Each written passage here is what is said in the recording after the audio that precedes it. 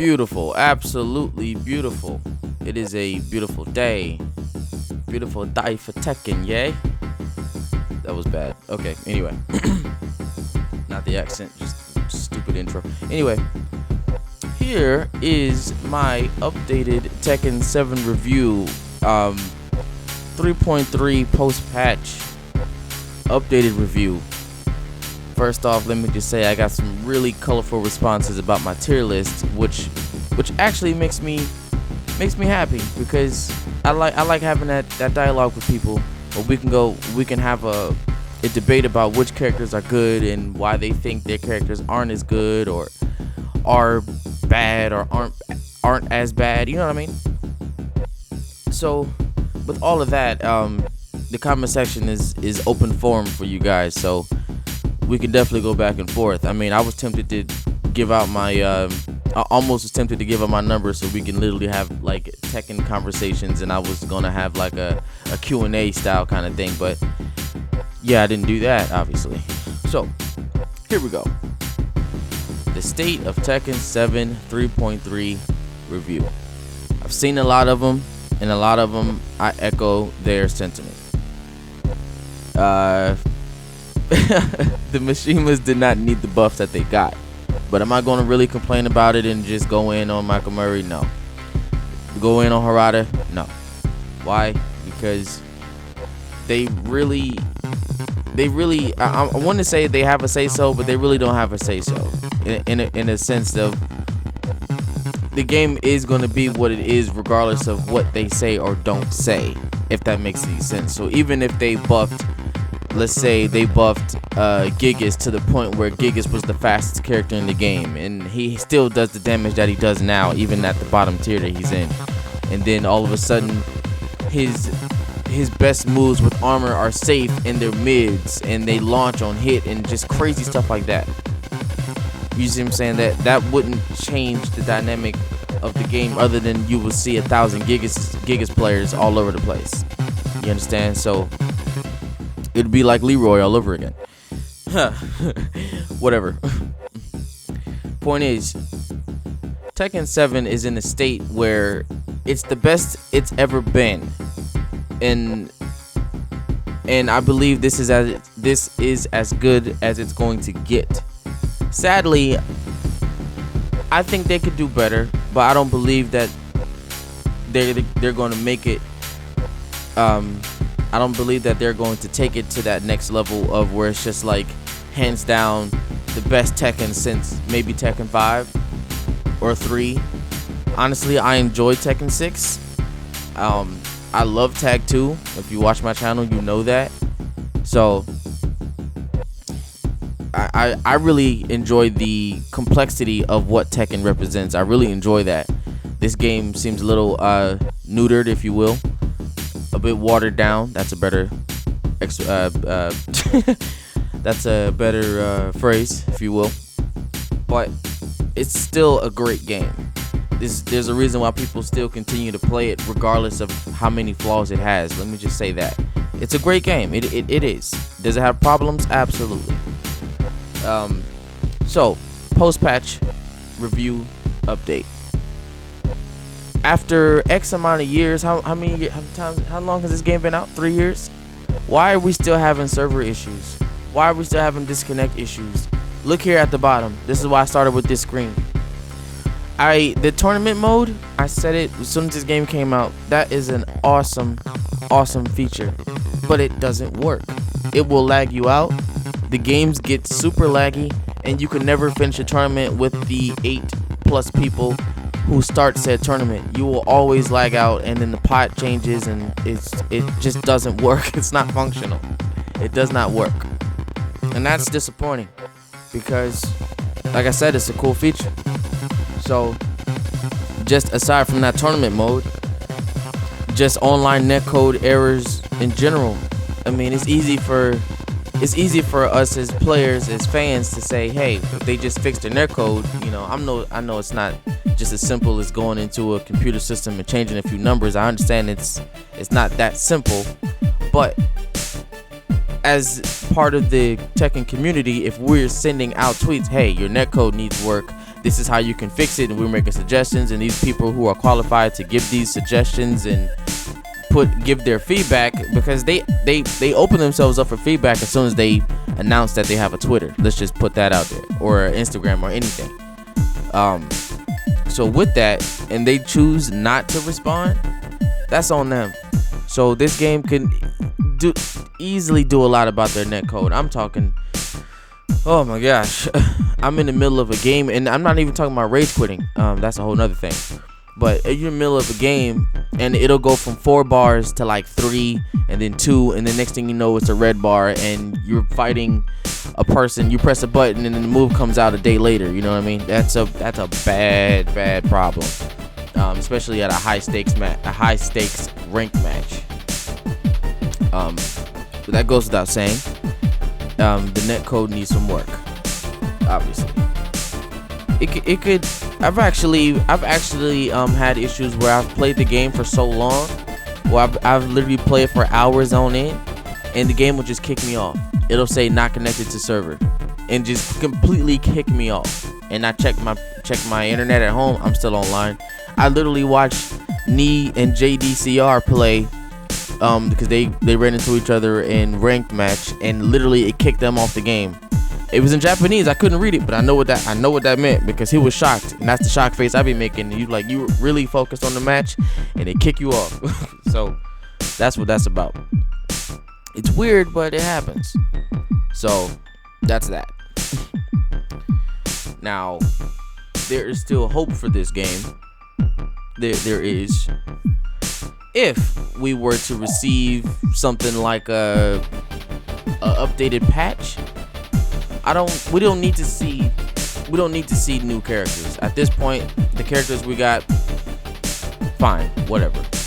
There are obviously characters that people don't like or care about, or just don't belong in this game. We're not talking about that right now. If there was a follow-up patch to 3.30, I would suggest, and this would change the dynamic of the competitive scene, increase the movement speed of all the characters, of just literally increase the oh my gosh, I'm sorry, something in my throat, hold on. That's not cool, Negan hitter. Increase the movement speed of the entire game. The backdashing, the sidestepping, the reads, the low inputs, the low parries, the low blocks, the dashing in and throwing out a high and ducking and whiff punish it. They increase that movement speed. It'll turn into tag 2 all over again. But you will get a different dynamic, I guarantee you. People who are excellent at moving and getting in and getting out, that will be something very interesting to see. At this point in the game, though, I don't believe that that's practical. Even though I think it'd be cool, I don't think it's practical, because the game's been out for so long. If they're going to make the game move a little bit faster and have faster paced matches, that would have happened sooner. I feel like that would have happened a lot sooner. Because at this point, I mean, the game is kind of solidified of where it's going to be and where it is. I don't see why they would change it. If I'm thinking like a developer, trying to look at this from all sides, I don't see why they would change it. And that's too bad, because that would be wild. Just a quick example: if you go back and play Tekken 6 or Tag 2, and you try to do a quick sidestep launcher, you can do it. You can do it on command. I'm not gonna say there's a delay when you do it in this one, but there's definitely it's almost like it's clunky, like sluggish. That's the word. That's the word. I think it's clunk. I think it's I'm sorry, not clunky. It's very sluggish when you try to sidestep launch someone, especially when you know that they are whiffing. That's why my sidestepping is at a B. I for some reason cannot pull off a sidestep in this game. I rarely sidestep because it's not effective. I mean, there have been times where I sidestep Law doing a back 3+4, which is, I believe, his back step into a mid kick, and I would sidestep it, a clean sidestep, and it will still hit me, and I would know I sidestepped it because I would go flying in the opposite direction of which the kick is actually pointing to, if that makes sense. So if I sidestep left, I don't fall.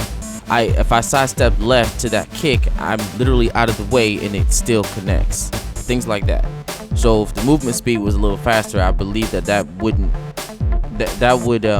be a testament to how quick you get in and out of those type of situations. Like cross-ups, literally, it's almost like a cross-up in a 3D fighter. It's madness. So that is that. I do want to keep this fairly short though. I don't want to hold you up for like 30 minutes talking about a game that everybody loves to like diss and hate on, because that's not the case here. We all love Tekken. We're all part of this Tekken community. We love this game. Now, for the future of Tekken, if we are to get, let's say, a Tekken 8, which I'm not even sure is in the loom at this point, I would hope that they truly take their time with a Tekken 8. Really think this through with the type of characters that we get, the type of mechanics that they're going to introduce or keep or change. Just and really have a thorough, thought out plan of said game.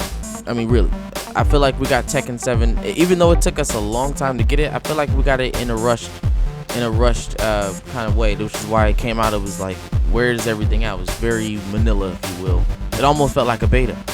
You know, characters weren't as balanced as they are now. It didn't have any modes. They highlighted their story, which, first off, nobody cares about the Tekken story. Every single review about the Tekken story is very forgettable. The only thing you remember a Tekken story is Devil Kazumi, and she doesn't even make any other appearances other than in Treasure Battle, and I believe Arcade Battle, which I rarely play. Ay. This game has some really cool potential. It just does.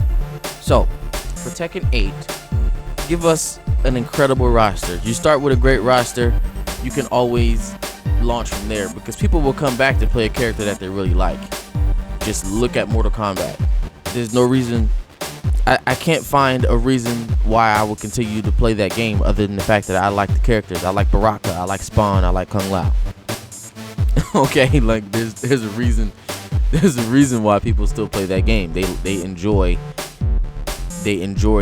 playing their characters. Same thing with this. There's a reason why I like coming back to play Tekken. Obviously, I've been playing it for over a decade, but it's really fun to play.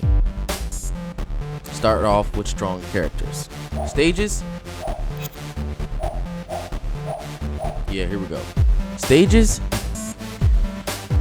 Oh yeah. These stages are not forgettable. They're okay. They're not terrible. But it's interesting because the best stages came as DLC, like the Hammerhead stage, the Geese stage. I barely fight at the Kinder Gym. Barely. Why is that even in this game? It makes zero. It has zero. I feel like, I'm not even joking, I feel like the Kinder Gym exists in this game because like some kid was drawing it or something, and he was probably one of the developers, like nieces or nephew or son or something, or daughter, and it was just like, I'm gonna put this in the game for this one person, for this one kid, and it's like a cool concept, but it doesn't serve any purpose to the game. It's actually very lighthearted, and it turned out to be one of my favorite stages. How about that? Cave of Enlightenment is cool. The stages are whatever, you know. People don't really harp about the stages in this game. It's really not a big deal because you get in the game to fight. I think there should be more wall-less stages. I mean, they tried to add in with the Infinite Azure 2, but there's only, at that point, before that showed up, there are only two free flow stages. I mean, Brimstone and Fire changes into a free, or Devil's Pit, I believe, changes into a free.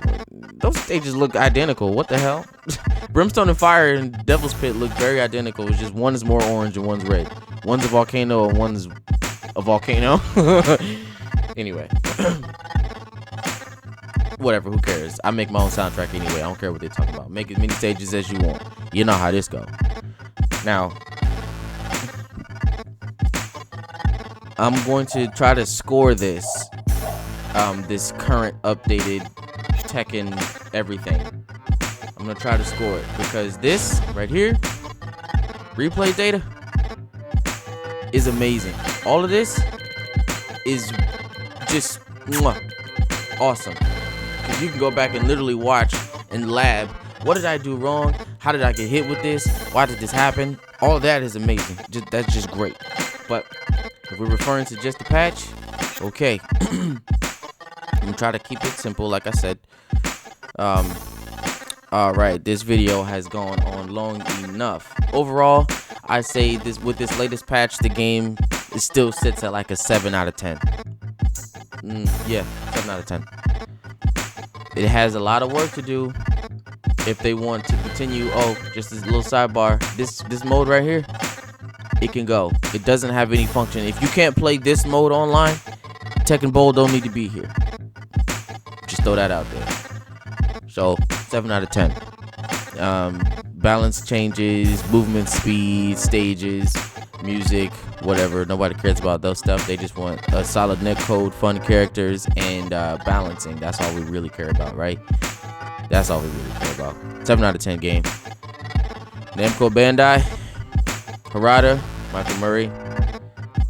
Fix it. Handle it. Say nah. I'll see y'all next time.